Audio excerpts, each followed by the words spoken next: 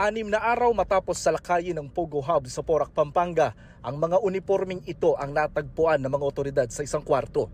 Camouflage ang disenyo at ang mga butones may nakatatak na PLA na tawag sa Armed Forces ng China. Iniimbestigahan ngayon ng PAOK o Presidential Anti-Organized Crime Commission kung may mga sundalo ng China rito na nagpapanggap na empleyado ng Pogo. May nakita ring mga baril at posas sa loob ng isang building.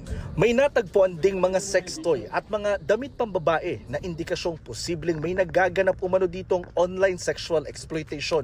Sa videong ito mula sa cellphone ng Chinong nahuli sa labas ng Pogo compound, kita ang mga Pogo worker na nagtatakbuhan ng lusubin sila ng mga otoridad nitong June 4.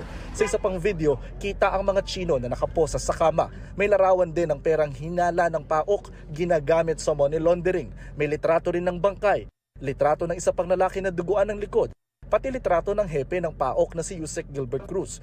Nasamsam din sa Pogo ang mga baseball bat, hinihinalang electrocution device, hinihinalang shabu, gayon din ng luxury watches at mga alahas. May mga bahid din ng dugo sa ilang kwarto. Nadiskubre rin ang daan-daang computer, cellphone, blank SIM cards at mga script na nakasulat sa Chinese.